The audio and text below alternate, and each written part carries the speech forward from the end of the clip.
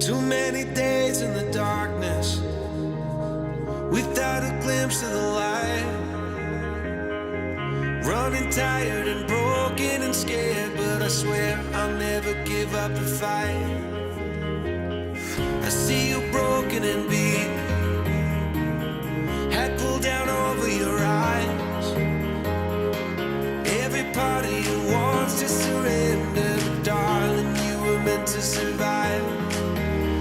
With every star, we are born again.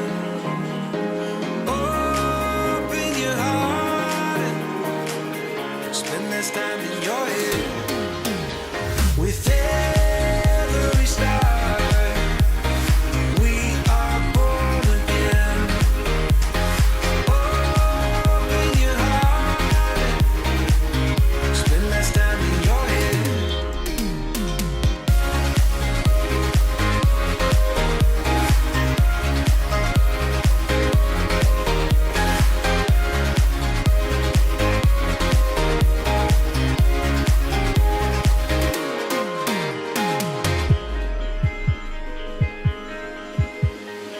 Just like a seed in a garden, you will grow to be tall,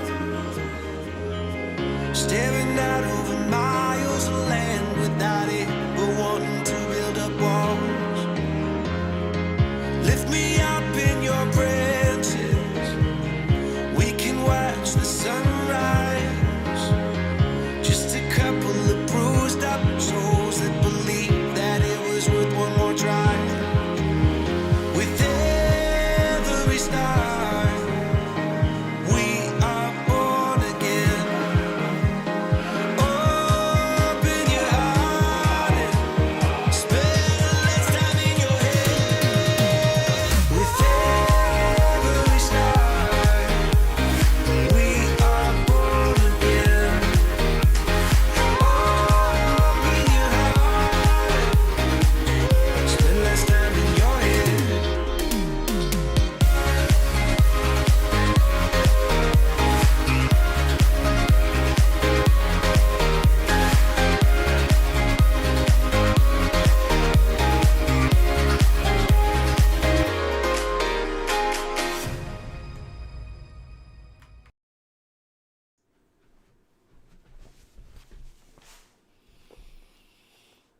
Hi everyone. For those of you that are not Amiga fans, this video may not be that interesting, so give me a few minutes, okay? Those that are Amiga fans, hopefully this is going to be of interest. So this is our new board.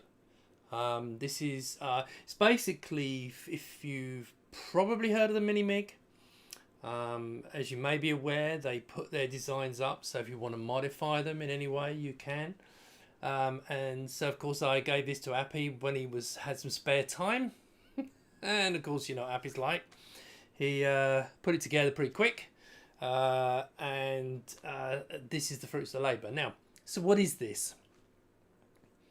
So Mini-Mig is basically an FPGA recreation of the Amiga. Now, the original one had the chipset on the FPGA, but also had the 68K.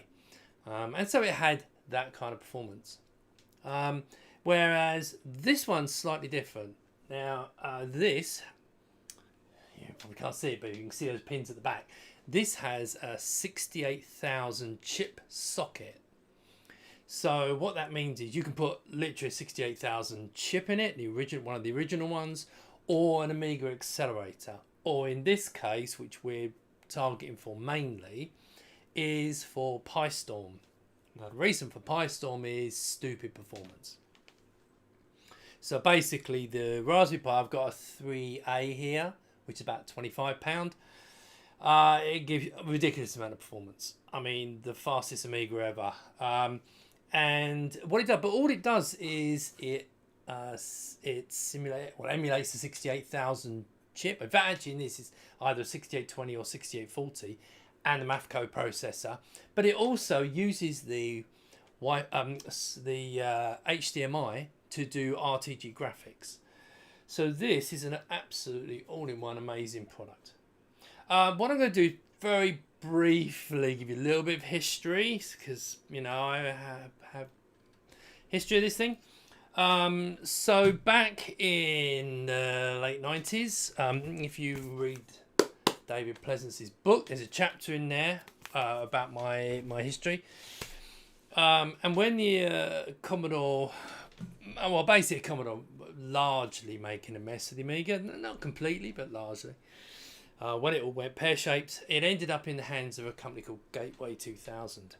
Now, at that time, myself and Paul Nolan had created this product called iMIGA system, which was basically a way of, it was basically remote desktop for Amiga, but way before there was such a thing as terminal services or remote desktop or anything like that. And that we created, and it was relatively successful. But we met up with a guy called Mick Tinker. I'm really going to fly through this. Mick Tinker, I met up with him in Germany, and he showed me a board. It was a PCI card with a 6840 on it and some chips. And all it needed was some software, which we had. So we went to Gateway. We had a deal with them. I thought we had a deal. They were going to manufacture the cards and the software, and they were going to put it in machines. And in my opinion, it would have saved the Amiga. I know it's going to sound, but I think it would have, because it would have put an Amiga inside a PC as a Trojan horse. It could emulate the Macintosh. It could run all Amiga software. You'd still be able to run all Windows software. It's going to make a great system. Unfortunately, as it says in the book, Gateway pulled the rug. Killed the project. Now, sadly, this subject is also continued in this book. So this is David's first book, which my story's in. But the subject, I said to David to get Mick Tinker. Now, I'm going to have a little bit of a moan at Mick Tinker here. So he put his recollections of the time, and he went into a bit more detail about the meetings and how we went to certain clubs. But one of the key things he kind of glossed over was the fact that when Gateway pulled the plug, I wanted Mick to give myself and Paul one of his cards, which I'd never seen working. I just took his word for it that it was working. And I asked him for it. And in the book he says that he didn't know much about my company. Didn't know who we were and whether to, give us the board, which, considering we'd gone to America, we both had thousands of dollars. It was a bit of a strange comment to put in. Anyway, so the bottom line was no board existed, which meant that we couldn't use our software, we couldn't put it in, and you all know the story with the Amiga. Now, I'm not saying I would have saved the Amiga, I'm not saying that at all. What I'm saying is it would have given the Amiga a good chance to tick over in a really powerful machine, because we'd already proven what iMIGA system could do. And it would have extended it so we could then do things like move the operating system to x86. Bear in mind now, I wouldn't do it now. Don't even think about it. Wouldn't do that now. But 30 years ago, 25 years ago, yes, it would have been a great thing. Anyway, so 25 years circle comes around. As you know, we're doing the monitor. And I always fancied the idea of a plug-in Amiga. Now, of course, this is not like that.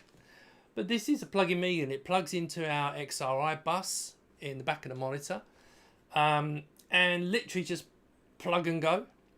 And all the video signals go onto the bus. It also has HDMI out, so you can have a really good RTG system, and you have the standard graphics. Now, one of the things we are looking into at the moment is there is a way of getting Amiga graphics through the HDMI as well as the HDMI RTG stuff.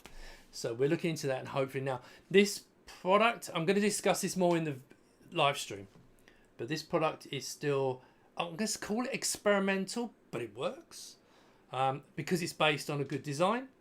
So this is kind of a hybrid of the Mini-Mig and putting it in our machine. So basically what you end up with is what I'm calling iMIGA-3k. Now, if you ask, wondering why I'm calling it 3k, that's because this is ECS only. And that means it's basically equivalent to a 3000, but like 200 times faster, and with RTG and all the other benefits you're going to get from this. So I know a lot of people out there are going to scream blue murder and say, well, what about AGA? Well, obviously you're gamers, and so you're not, this is, to me, this is more about serious use, and also the AGA needs more advanced chips, which is going to push the price up, and we will probably do one later on. But at the moment, this was to get us out of the gate with a system that works. Because if you've got RTG, if you know anything about it, which most AGA fans, largely think AGA is everything. Unfortunately, it's not. RTG is much more important. If you're a serious user, if you're a gamer, you want ECS. Funny enough, because the bulk of games I want this. But anyway, so AGA should hopefully come later on. I'm going to talk about pricing, that kind of ballpark figures during the stream. But I thought I'd give you a bit of a background and how I ended up here. But this thing, again, thank Appy, thank Rita as well. Went to see him today, and I literally picked this up today. So it's the first time we actually got up and running 2 or 3 days ago. And I'll tell you more about that in the stream. Anyway, that's a little bit of background. So this is called the iMIGA, and it is trademarked iMIGA-3k. Hopefully later on we'll do a 4K, which will be AGA. That is the plan. But for now, this is for what as far as I'm concerned, this is for real Amiga fans. Because one thing we're going to have on here at the moment, you can see we've got the Joy ports on the back, and we've got PS2 keyboard and mouse. But there's also a serial port up here. But there's going to be a MIDI interface built into this, which you can switch between serial or MIDI. So this is going to have MIDI built in from the get-go, because we want people to be able to use this system as for whatever they want to do on the Amiga again, and have a nice little system. But there you go. Anyway, enough of that. Now on with the stream.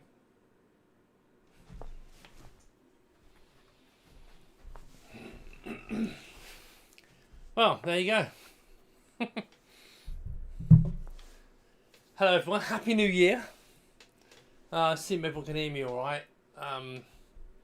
I've got loads of questions here, so I'm sitting over here this time rather than up over there. And I've got the mic the right way round. You'll be pleased to know. So, I suppose I've done the bit about the Mini-Mig, which is kind of important. It's kind of a big deal. As I tried to get across in that video, kind of a historical thing. I basically wanted to do something like that for a long time. It's not the same concept as it originally was, but yeah. So let's give you an update on where we are with the not good called production, where we are with the development. So the scaler is done. The scaler board is finished. We're just waiting for them to make some samples to make sure that the pre-production samples are good. This has changed. I don't know if you can see it on here actually. The S video and the RF. There's a new version of that. That's working great. They're making a couple of changes, and we're going to get a quick test to make sure it's all okay. But this version was working okay. So there's some improvements we've asked them to do to make sure we get even better quality. So that's pretty much done. So the slot zeros had a couple of changes. I'm not going to go into what the changes are, but I'll tell you about later on. But it's had a couple of very minor changes. And the backplane, I don't think the backplane's been touched. I think it might slight modification. Bottom line is, all the boards are now waiting for pre-production samples, which we can sign off basically. And the chassis, it was supposed to leave last week, but of course New Year. So I should have that in about a week, the final versions of the chassis, just to double check. So everything should be arriving within a couple of weeks, 2 or 3 weeks, for final testing. Now, it will mean we drop straight into Chinese New Year, which is their holidays, but we should be able to sign it all off before then.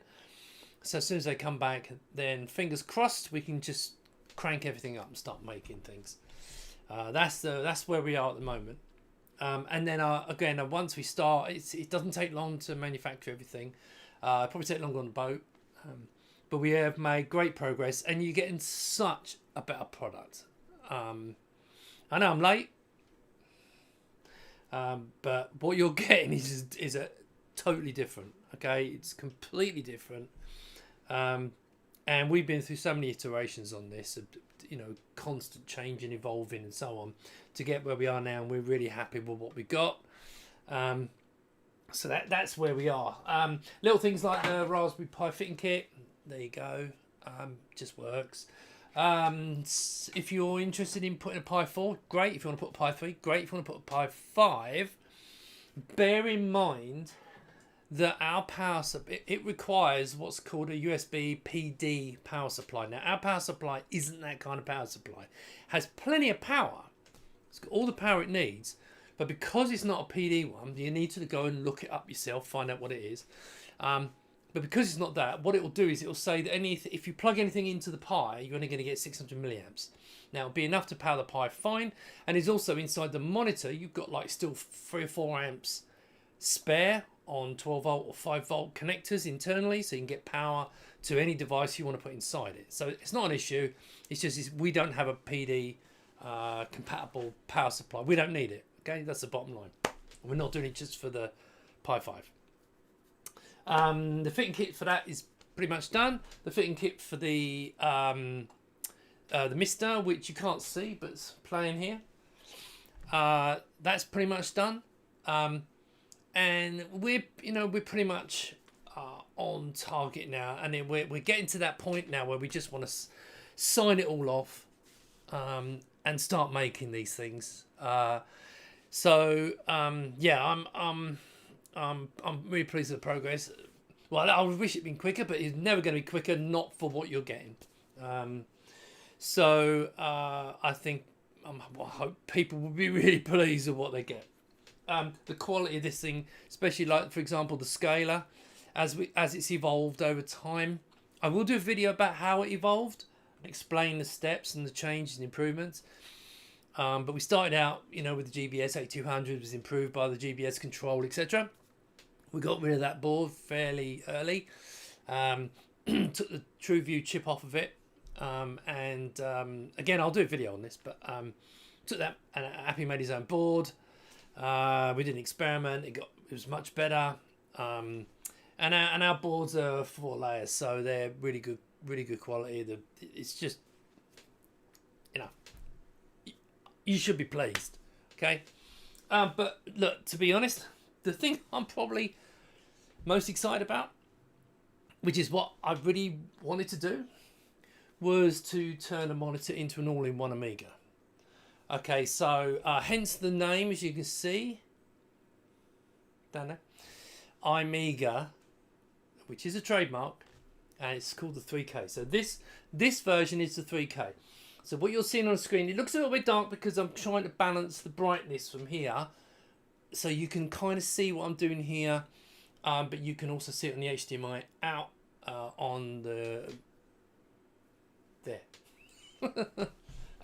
This is not a demo. It's not a demo because I'm going to come into question and answers in a minute. But I just want to show you. So Workbench, I'm running a distro called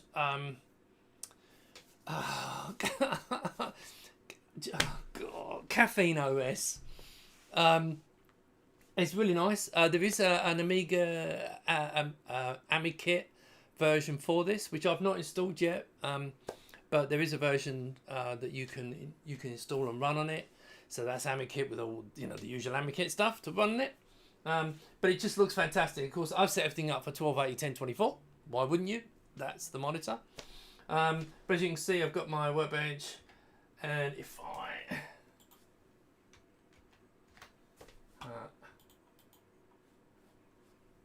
there you go, let's switch. Now, one of the things I did mention in the video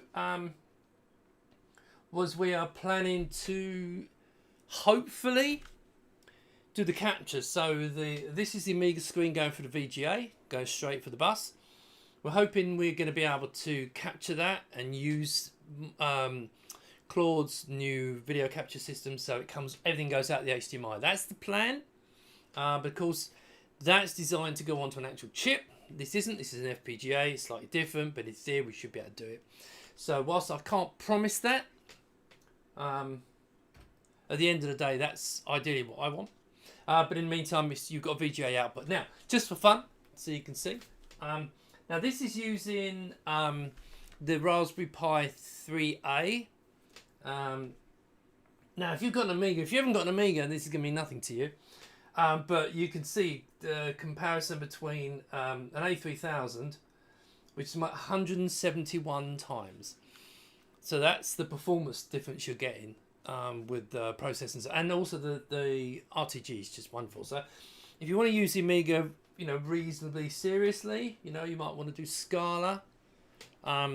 Then basically this is what we want. Now, ignore this bit here. I know people are going to notice this down the black line. We've got to do it because this board literally got it today. I've got to get the firmware. In fact, it's probably going to have to wait till I go to China. I need to show them this, and then they can pull it all in and snap it into place. So ignore that. But as an Amigan who wants to use it, I'm not going to say it's going to replace my desktop. I'm not stupid. But I will be able to do things with it, and actually some serious stuff, you know, because we're going to have, as I said, we're going to have MIDI on the board. So for people who want to do music, you'll have MIDI. We're looking into, well, I won't mention that. We'll save that one for later. But if you want to, you know, you've got some decent graphics. Let's see what we got here. If I go back.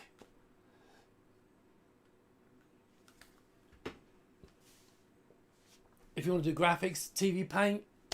And it's really fast. So, for example, if you want to do Lightwave, you can do Lightwave, and it's just absolutely lightning. Anyway, enough of that. What I'm going to do now is, because again, I want to try and keep this relatively short. Yeah, it'd be nice to spend some. It's New Year's Day, and I've been out all day. Admittedly, good time. Went out for lunch with Rita and Appy, so that was really nice. So yeah, but I'd be nice to go spend an hour or two with the wife. Right, so let's go through this. I'm going to ask some questions, and then once we run out of questions, I'm going to.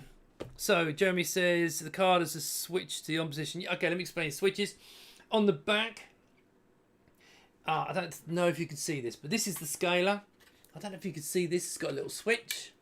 So each pod has its own independent switch.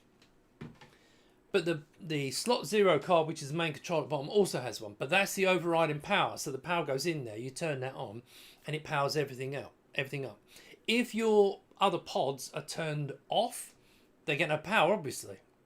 If they're turned on, they get power. If you turn off the base one, and the top two are still on, when you turn the power on, they all get turned on. I think that's not rocket science. It's fairly straightforward, but that's how it works. There's no clever trickery pokery, because to me it means, so basically what you can have is you can have something, say you got this and you got it rendering, but you don't want a monitor on. You can put the monitor into sleep mode, put it into sleep mode, but it's still working in the background. Okay, it's still working. This is where I look really stupid. It should, in theory, come straight back up to the same port. Let's takes a little while to boot, but we're getting there. Here we go. There you go. Straight back where he was, because you haven't turned off the power to the other pod. Okay, so that's quite important to understand that. So if you do want to power it off, this only turns off slot 0 into standby mode. It does not affect the pods above. That's very important to understand that. This will, of course, be... I am working on the manual. The manual's coming along. Appy's doing some real technical stuff. And I'm just doing normal stuff, and then we're going to give it to Phil, and Phil will turn it into English. So Jeremy says, I further suspect the daughter board will be black. Yes, I like black cards. I know that Appy and the engineers in China were like, do we have to have it? Yes. I think they look cool. And when you got them inside, the black monitor, they look fantastic. When you got them inside the white monitor, they look equally fantastic. So I like the black boards. Let me see.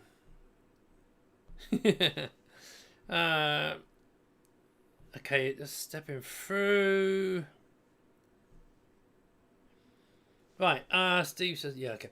PS2 mouse and keyboard. Hope you will mention that in the live stream. Okay, just mentioned it. So I'll give you a bit of history, and then there's no criticism. No criticism. I know PS2 keyboard and mice are quite tricky to get. The problem I found is when Edu did a board for me, the original one, a PS2 keyboard and mouse, and admittedly I agreed to do this, but I wish I hadn't. Was he wanted to put USB port on it, so you could put USB mouse and keyboard. The only problem was that it didn't actually work with any USB mice and keyboard. They still had to be PS2 compliant.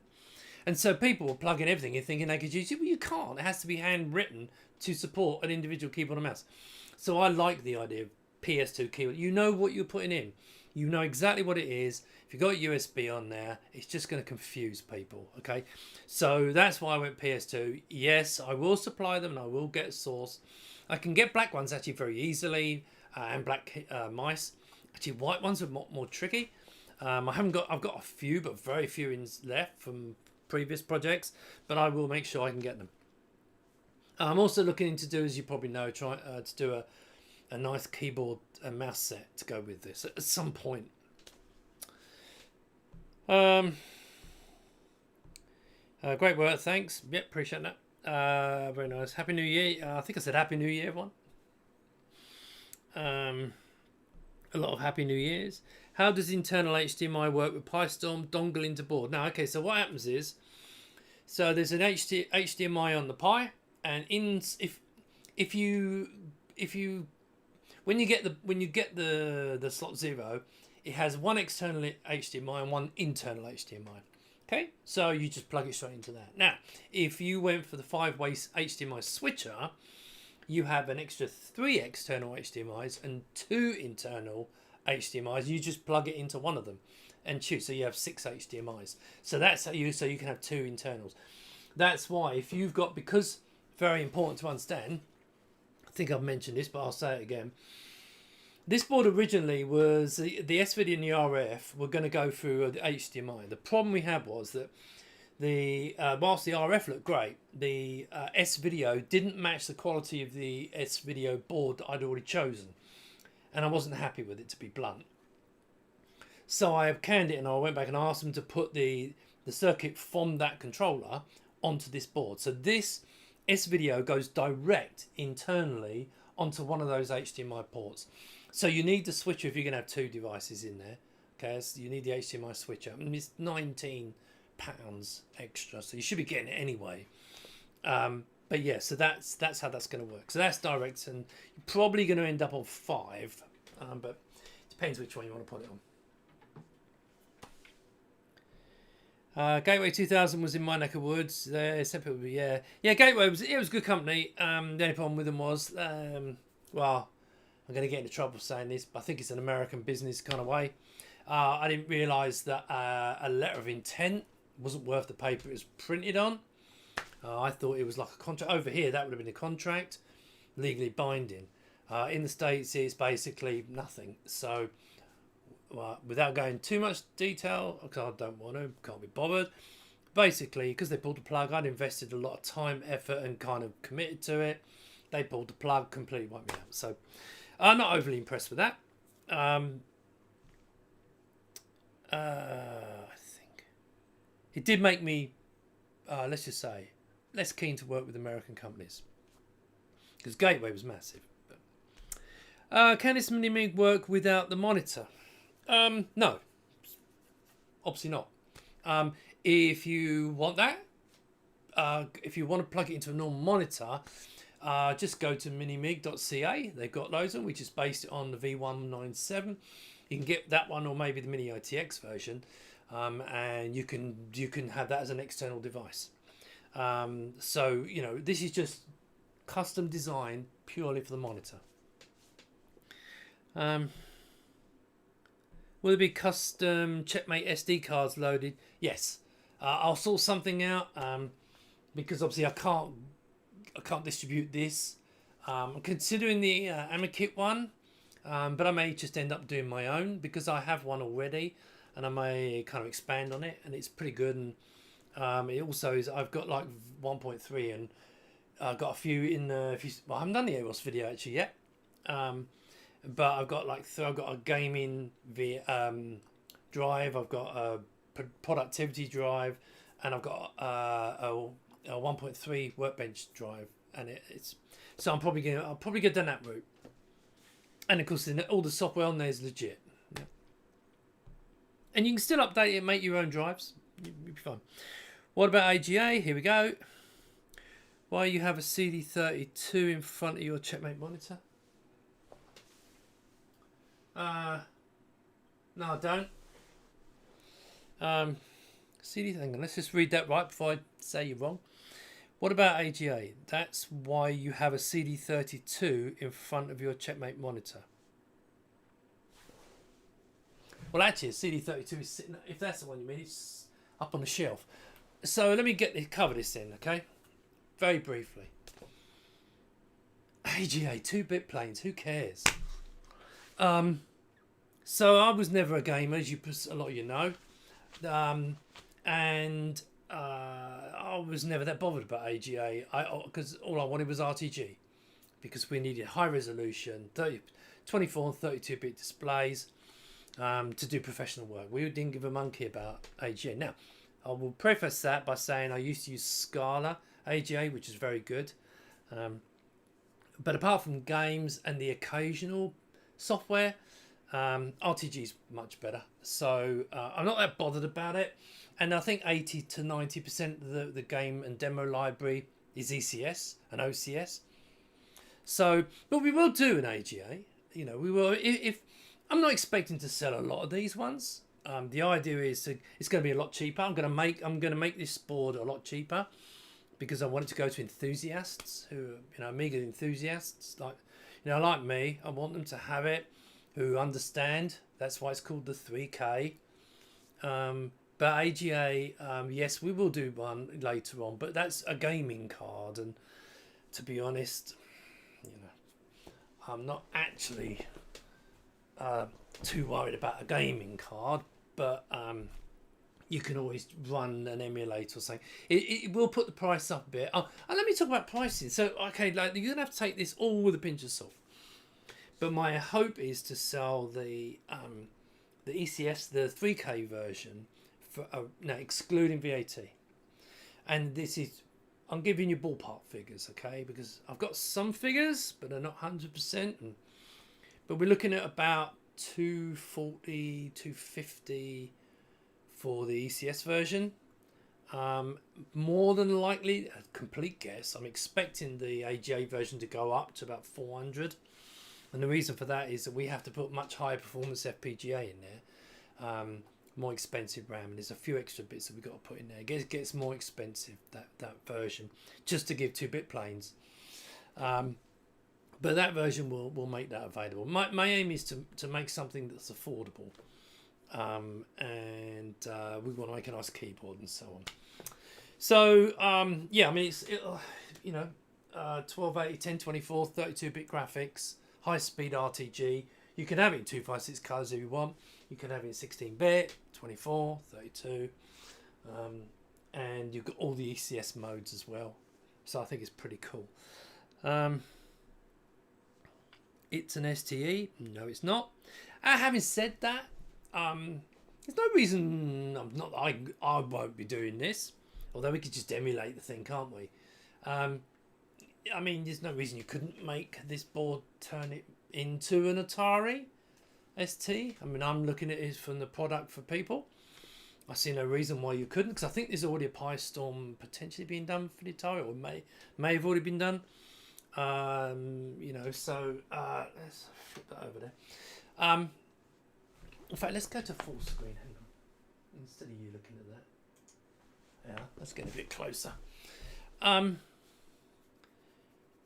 Yeah, I mean, you could make it, because remember it's got a 68,000 chip on it. So, although having said that, I don't think that would work, because FPGA is the chipset. It'd have to be completely reprogrammed. But theoretically, it could be done. I know that I have said to Happy about doing a Commodore 128, but it's dawned on me it's got 68,000 chip on it. Don't know. So he probably won't speak to me again now. On the logo is absolutely fab. Oh, hang on, there goes the camera. Don't worry, it's not a conspiracy. I'm not being shot.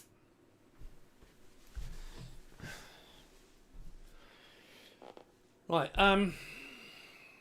On the logo, yeah, the logo's interesting because I'm, happy, and I said I want to have this logo and I want to have a tick in it, and he came up with this really nice the letter I and did the I, and then I said, well, because of the blue bit that goes back, it makes it look a J. So I said, well, put a shadow on the letters, so you got the shadow going up, and then it makes it look right. So I think the logo is actually really nice. Paul Kitchen's going to be doing some posh renders. Like with the monitor and the board and the logo and what have you. So we can have some fun with that. Appy's already taken credit for it. Don't be rude about it, Pat. But Appy, I told you that in confidence. Don't mention his name. Can a single FPGA recreate all the custom Amiga chips? Yes, it does. Yeah, I mean it's all working, you didn't actually see Scala running, but yeah, it's all there. It's an Amiga, all the chips on one FPGA. That's the whole point of this board. Your chips, which is the most important bit, are in an FPGA, but your processor is just a chip that you can put a chip in, or an accelerator. So if you want to put an 030 in there, you can have that Motorola 6820, 30 and so on in there. I mean, you might even be able to go higher than that. It might be able, but you've got physical issues getting it in. But yeah, that's the idea of that. Mister. There it is, look, over my back. I put that on because it's Metal Slug. I always use that as a demo when I go to the shows. People they come up and they want to play it. Shows the monitor off. There are working mini-mig cores for Mr. Mystic. Yeah, of course, yeah. If you do a 4K mini-mig, will it also support the Akiko chip? No idea. But you have to remember, I'm not a gamer. It's not a big deal to me. And the Akiko chip, there's nothing that really supports it. So, there's very little that supports it. And I don't see the point because what are you going to do? No one's going to write new games for the Akiko chip. But they might do some for RTG. They might, So it's not a no, but someone else can do it. We're just going to basically... If it turns out that someone comes along and says, I've got this code and put it in the FPGA, and there's room in the big one for the AGA, then maybe we can. But this is... I'm not going to... This is not going off... we're going to do this, and this. Okay? The aim is... This one's ECS with all the chips. The next one's AGA with all the chips. And both of them have RTG. Okay? Both have that. And really fast processor. And that's really, I think, all you need. I don't think the rest of it, is all sky high stuff. Other people can do that. Because no one's really going to support it, apart from the odd little demo. Not tried the Amiga cores. You should. It's really good. Really good a core. It's basically like a 50 megahertz 030 or 20. About twice the speed of a 3000. It's wonderful with RTG. It's just brilliant. And you do on that get AGA and you do get ECS, and so you get all that. I've already placed my order, but I haven't paid. Checked out. I was waiting for credit card payments to be accepted. Yeah. Okay, so I was waiting for credit card payments to be accepted. Will I lose my place in the line or pay more? Okay, let me be clear about this. If you've already once paid by credit card and it was refunded, you've got your place in the queue. Okay, because it's not your fault that it was returned. So when you pay the balance, you've already got your place in the queue. I'm not changing any of that. If you haven't already paid for it, you just, whenever you pay, you're in that position in the queue. And we're just over halfway, so I don't know which is which for you. But I will be doing credit cards soon, but not until once everything's on the boat. We're going to get it turned on, because I don't want to go through this all again with the credit card companies. So we've got enough to make all the chassis and all the ones that have been paid for with money to spare with the people who've paid already. Okay, and I can't stress enough how grateful we are, especially the wife, because she was stressed, obviously, really worried about it. But I did tell her, I said the community will just like that, and they did. Jumped straight in, people started paying, saved us. Okay, so I can't stress that enough. I assume you can all hear me, okay? Yeah. The Mister also has a huge catalogue of other cores. Yeah, so you can put a Mister in it. It's just a fitting kit. I think fitting kit's 40 quid or something like that. Yes, I've only tried the 8-bit cores. Can we see the S video of the C64? Not today, because it's just not set up. I had to take out my scaler because I'm pulling stuff in there. We're testing the new 3K board. So the answer is no. I'll do that. I mean, you've already seen it. Actually, you should have seen it all, but I will do a video showing it all again. But trust me, it's good. Raspberry Pi. You don't like the Raspberry Pi 5? It's really fast. Really fast. Unfortunately, they dicked with it. They actually did something that's quite good. The RPi chip. It's buggered it for the Pi Storm. Now on the Pi Storm with the Pi, I'm gonna sell it with the Pi on it, but it will be the Pi 3 because it's, in my opinion, it's fast enough. I think it will still work with the 4, but I'm going to supply it with, because it's only 25 quid. It's plenty of RAM, and so I mean, look, I've got 325 megabytes of RAM. I don't think you need any more than that. So Pi 3 is fine. How much would the Amiga-3? I've already done the price. As I said, I'm aiming for 250, hopefully with the Pi Storm and Pi, but not guaranteed. So I'm giving that's a kind of a ballpark figure. I am not subsidizing is the wrong word. The 3K one is going to be low profit margin, okay, and it'll be a pre-order system, and it'll be a case of I'll be working. In fact, if you want to get on the list, if you're interested in one of the boards, email me at the usual steve@imiga.net email address, and I'll just drop you, like I do with the monitors. I'll add you to the board waiting list, and I'll go by that. Yeah, I'll go by how many people are in the waiting list. It'll help. I we're not going to sell huge amount. I know as soon as he's put AGA on it, everyone will get excited. Oh, AGA. But most people, I think, get it. That you don't really, if you're serious, you don't really need AGA. It's nice to have the extra 2-bit planes. Don't get me wrong. But the whole handmade's fantastic. It's not as good as 32-bit. It's not as good as 32-bit 1280 1024 RTG. Just can't compete with it. So, but you can animate in it. So it swings and roundabouts. I just like RTG. And when will it be valuable? Well, that's an interesting one because the board's not far. There's a couple of things that me and Appy got to talk about tomorrow. And a lot of it's down to Claude because I want to include the Amiga graphic. I want everything to go through HDMI. So we've got to see if that's possible. We're not 100% sure it's possible yet. But if it is possible, then, because I'm in no rush to make these. I'm in no rush at all. Yeah, it cost me quite a lot of money to do the prototypes, and we've got like another 3 boards sitting there we can make, but we've got new boards we're going to get in, advance it a little bit more.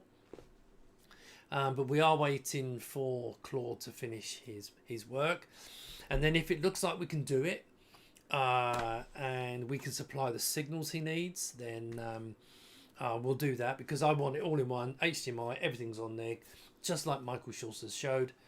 That's what we want to do. If it's technically possible, we'll do it because it's not really going to add much cost. So I don't think that's going to affect anything.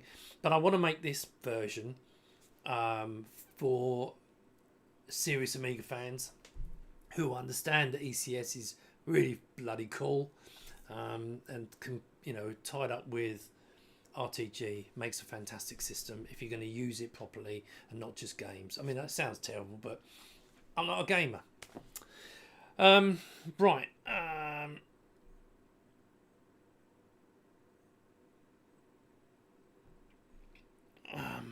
Does Appy work on his Appy's retro scaler enhanced?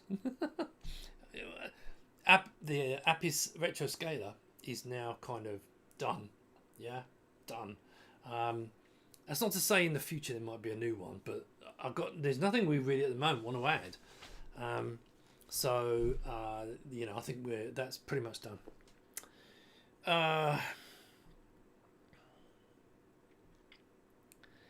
I completely forgot the add-in stuff. I hate those USB keyboards that are not PS2 compliant. Yeah, I know, it's a nightmare. I don't know why they dropped it, and I've been trying to get them made, and it's like I'm talking Dutch to the Chinese or English, because most of them speak English. So. Dare I ask what software are you going to bundle? Amos? Yeah. So if you remember what I did with the cases, I'm probably going to do the same thing again. But I still haven't done the AROS video. Actually, I've got to do that AROS video. As I said, I've got 3 different operating systems on there. They're completely different, set up differently, and I'm probably going to just include them and include more, because I want to put I want to put more productivity stuff on it. Yeah. Now, as I said before, I'm not trying to make this the be all and end all machine, because it can't replace your desktop machine. But my aim is to make a second machine based on the Amiga that people enjoy using. That's all I want to do. And it's nice to just turn it on, have a play. It's got all the speed you need. You can do your 3D graphics. You can do you can do your 2D graphics. Do your music. Do everything you want to do. Even it'd be nice if I can get Scala included. I'm looking into that at the moment. But yeah, so and Amos I can bundle Amos. So all that stuff that's in there now, I'm just going to add to it. Do any pods come with the monitor, or do we add them when we choose a panel? The basic pod is the slot 0. Everything else is you add. How much is it going to cost if I just want a monitor for my Amiga 500? That's an interesting one. The standard monitor, you should know it's on Kickstarter. I'll go and have a look. But it's $369 plus VAT, standard monitor. But to plug an Amiga in, you've got 2 options. You can plug in composite, and it's really good. I mean, it's a really good interlace, is stable. Or you can plug in via VGA coming out, but you'd have to do it in VGA modes. If you want to use the 15 kilohertz modes and you want that, like an RGB to SCART, you need Appy's scaler, and of course then that puts the price up. But that's, you pay for what you get. Plus it does a ton more. TV paint, I load it. Yeah, I know, it's fantastic. Yeah, Happy New Year, everyone. Sorry I'm late. I rewatched the beginning and won't ask dumb things. It's alright, it's okay.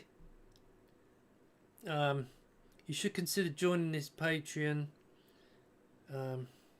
We get a few bits of rendering. Yeah. Fassy, hello mate. Happy New Year. There's lots of Happy New Years. Missed the start.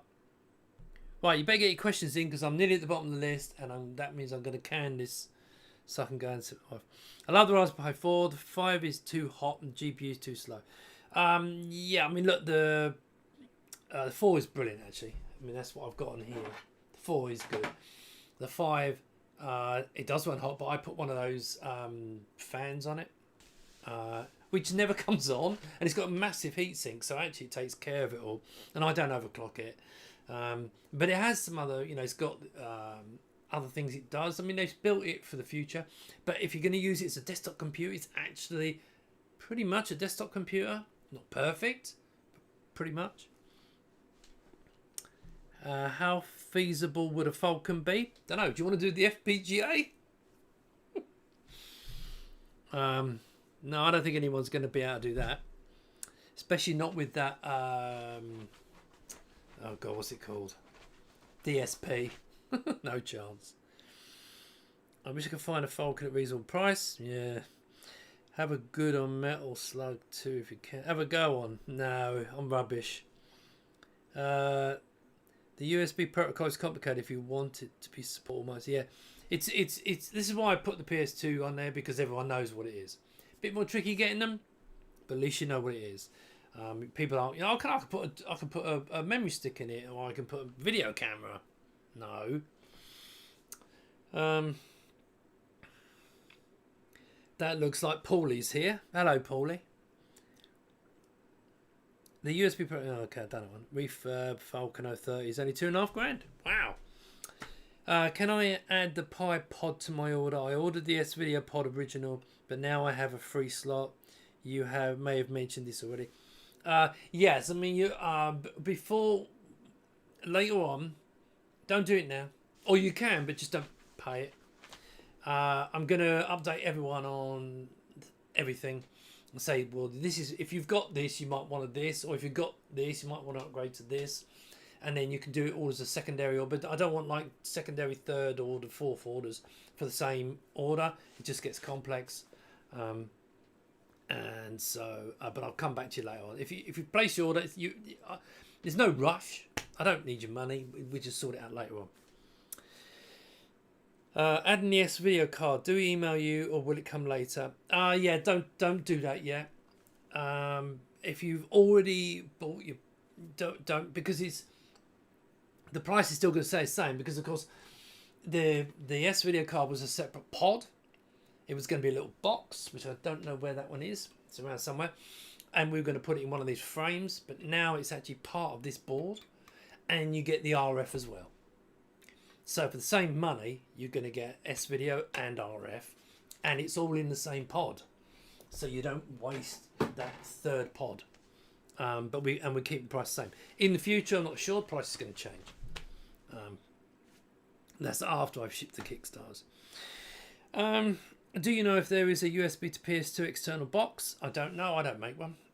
There are USB to PS2 converter blocks, but the keyboard or mouse has to support PS2 or it won't work. That's what happens with the Vampire, is they have the same problem. Wish Trevor could push some more info on the A1222. It's all crickets and oysters singing in quarterly updates. Yeah. Well, I mean, it's this is, I know I made this, but even if you didn't buy it from me, I think this is better. That's just me.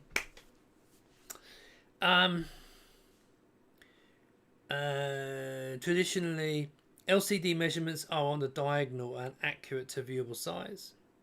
Okay. Here's a weird one. Can you put the 17-inch bezel on the 19-inch display? Yes, and it will look.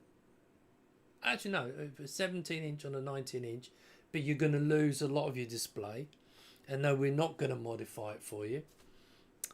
2, could we change the case colour now, or is it too late? And it's not too late. Again, I'm going to come back to things like that. I will. You can. I just don't want to deal with it all now, but I will let you change the colour. But once they're on the boat, it's a bit more tricky. It might mean you have to wait to the back of the queue. If I run out of a colour and you want to change it, it might mean delaying it, but we can change it. Do mini ITX or nano ITX motherboards fit the pods? No, not in a million years. Oh, I don't know about the nano ITX. I'm not sure about that. But I think you'd have other problems if you did that. Any plans for a system to fit? I think you're better off sticking the Pies or the Mister. Outboard, obviously, if it's Amiga. I see. I think there are KVM switches that can convert. Argon computers, the same issue. PS2 protocol. There was a question about the viewable size for 17-inch and 19-inch. You missed it twice. Maybe you got him blocked. No. Yeah, the only thing he was asking about a 17. If you want to put a 17-inch bezel on a 19-inch panel, Not sure why you'd want to do that, because you're going to lose your display, because we won't be modifying the display to shrink it. Okay, so there's no reason. You just want to get a 17-inch panel. If you want a 17-inch bezel, you need a 17-inch panel. Oh, it's just not, because we're not going to tweak the system for that. I've got a Python 32 Lite converted A1200 in the original shipment case. The Mr. Kit will go in the monitor with excellent MIG setup.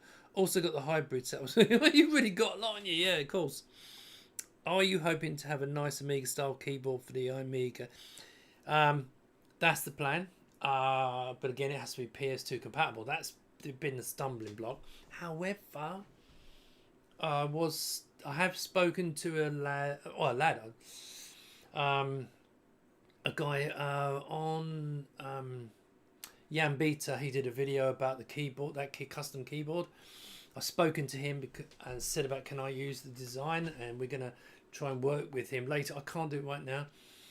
Take his, customize it so it's an Amiga format with cherry switches, and then I'll get it made in China. And that's the plan. But bear in mind, I've got a lot on, but I do want to make. The whole point of this is to make an all-in-one. That's why I called it iMIGA. It's an all-in-one Amiga, right, with a keyboard, mouse, bag, everything, and off you go, and you got it. And of course, you can plug anything you like into it. I like big pixels. Is that like that song? The question about bezel was different. His question was, okay, Cameron, I missed my question. I know there's one panel size, but no, there's two panel size.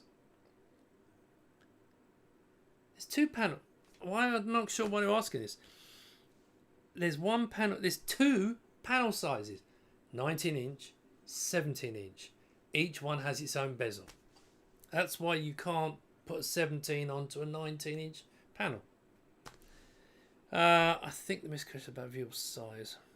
I've answered that. There were two displays. The 17 one also. Yeah, okay. Yeah, exactly. The 17-inch is just smaller pixels, higher density, harder to read. If you got my eyes, anyway.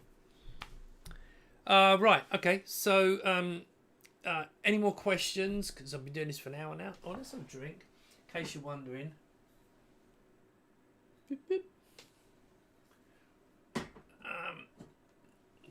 Any more questions? And then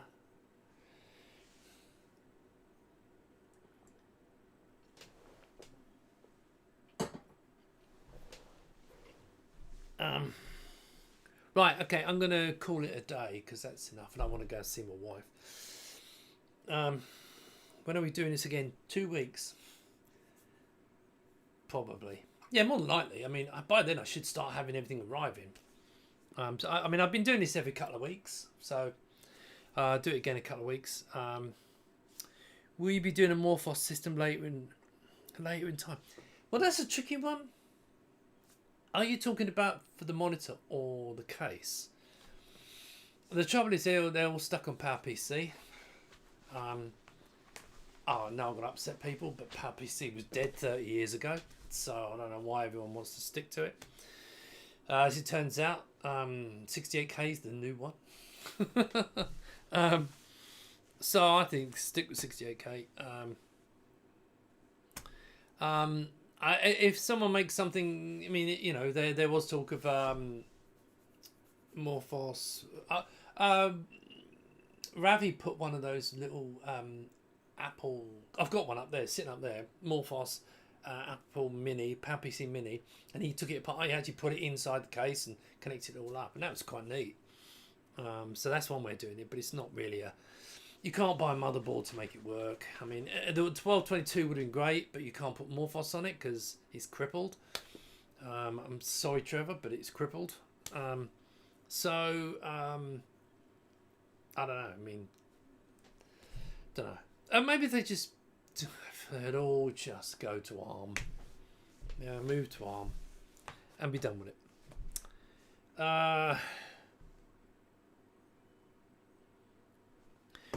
Okay. Right, I'm gonna go. Thank you very much. Appreciate it. I'm gonna go and stand over there.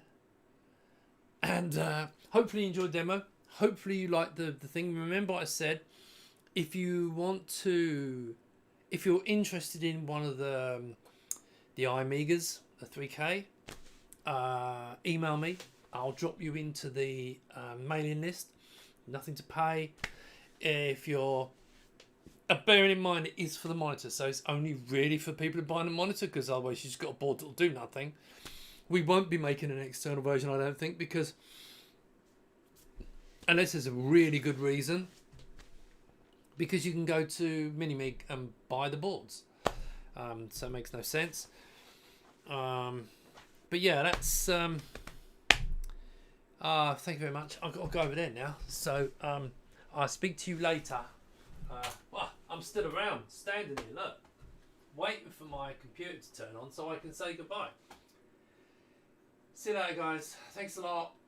Bye.